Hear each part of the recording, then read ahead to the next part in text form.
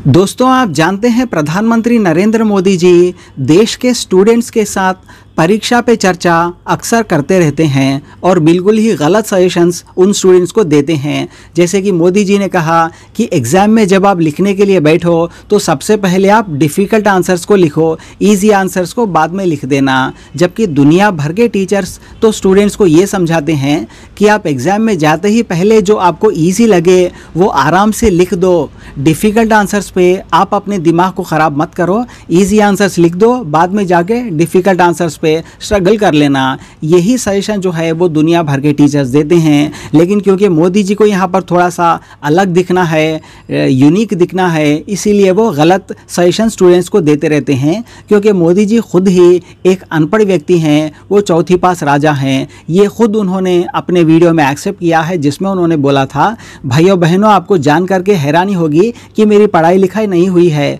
तो ये इस बात को मोदी जी खुद एक्सेप्ट कर चुके हैं। मेरी कोई पढ़ाई वढ़ाई नहीं हुई है दोस्तों, आपको शायद आश्चर्य होगा जान करके। तो मैं स्कूली शिक्षा गांव में किया, और जैसा मैडम बता रही थी ना कि अपनी शिक्षा के कारण आदमी आगे नहीं बढ़ता है, तो मेरी शिक्षा ही नहीं हुई है।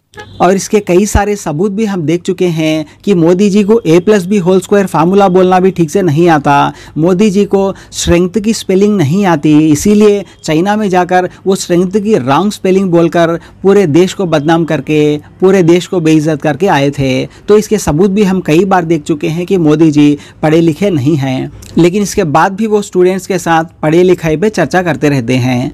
इस मुद्दे को लेकर एक कार्टून बनाया है यहाँ पर सवितेश मुखर्जी ने, आप देख सकते हैं। मोदी जी यहाँ पर स्टूडेंट्स के साथ बैठकर परीक्षा पे चर्चा कर रहे हैं। एक स्टूडेंट मोदी जी से पूछ रहा है, अंकल ऐसा कठिन पेपर कौन सा जिसमें आपको फेल होने का डर हो? तो मोदी जी के आंसर देने से पहले ही एक और स्टूडेंट जवाब दे रहा है, मैं बताऊं, बैलेट पेपर। बैलेट पेपर यानी मोदी जी को बैलेट पेपर से सबसे ज़्यादा फेल होने का डर होता है। इसीलिए मोदी जी इस कदर ईवीएम को पकड़े हुए हैं कि चाहे जितने दिनों से बेचारे वकील सड़क पे उतर के आंदोलन कर रहे हैं, सारी विपक्षी पार्टियां ईवीएम का विरोध कर रही है। अगर मोदी जी के बजाय कोई भी और प्रधानमंत्री होता तो वो फ़ौरन आकर कह देता कि भाई मुझे ईवीएम की ज़रूरत नहीं है, मुझे ये ब्लेम नहीं चाहिए कि मैं ईवीएम के नाम पे इलेक्शन जीतता हूँ। ये कहकर वो फ़ौरन ईवीएम को निकाल कर फेंक देता। लेकिन एक प्रधानमंत्री जी हैं जो अभी भी इसी तरह से ईवीएम को पकड़े हुए हैं। भले ही उन्हें कितना भी जोश दिलाया जाए, लेकिन मोदी जी ईवीएम को छोड़ने का नाम नहीं ले रहे। मगर क्यों? आइए आपको बताता हूँ। देखिए, हमें डिटेन करने का जो मतलब है, इससे साफ है कि सरकार बुरी तरह से डरी हुई है। अगर सरकार को कोई डर नहीं है तो हमें प्रदर्शन करने से रोकने से क्या मिलेगा उसको? हमसे क्या दिक्कत है उसको? लेकिन सरकार क्योंकि ये जान चुकी है कि ये आंदोलन ईवीएम हटाओ संयुक्त मोर्चा के बैनर तले, और जो बहुत अलग अलग संगठन लगातार जुड़ रहे हैं, और संयुक्त किसान मोर्चा का पूरा समर्थन मिला हुआ है। और अभी मैं 22 तारीख को शंभू बॉर्डर पर भी मैं गया, वहां भी किसानों ने खुल के हमारा इसका समर्थन किया है। तो ये समर्थन बढ़ता चला जा रहा है और आंदोलन पूरे देश में, हर गांव में, हर गली में, ये घर घर तक पहुंच चुका है आंदोलन।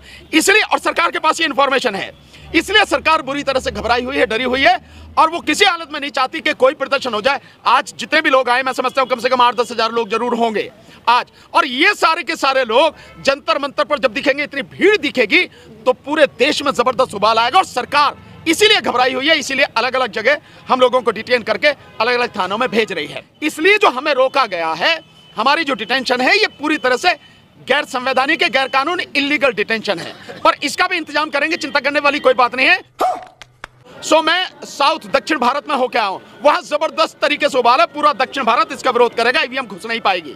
गांव-गांव में मैं आपको बता रहा हूं, पंजाब में नहीं घुस पाएगी, हरियाणा के साथी खड़े हैं, हरियाणा में नहीं घुस पाएगी। सरकार को डर सता रहा है कि दोबारा प्रदर्शन शुरू कर देंगे। सरकार की टांगे कांपी हुई है, ऐसे देख रहे हो आप, ऐसे टांगे कांप रही सरकार की, तभी हम लोगों को डिटेन कर रही है। लेकिन हम आपको बता देना चाहते हैं, इस बार ईवीएम हटेगी। 2024 का लोकसभा चुनाव ईवीएम से नहीं होगा, केवल और केवल बैलेट पेपर से होगा। ये स्थिति है आज की तारीख में। और वैसे ये जेल में भेज दें, हमें जो है मतलब हमारे खिलाफ FIR लगा दें, UAP लगा दें, NSA लगा दें, हमारा एनकाउंटर कर दें, हमें इससे कोई परवाह नहीं है। हम हर बात के लिए तैयार हैं। हम इस देश को ईवीएम से आजाद करा के रहेंगे। इस देश में जो गुंडागर्दी सरकार की चल रही है, हम उस गुंडागर्दी को खत्म करके रहेंगे, देश को आजाद करा के रहेंगे।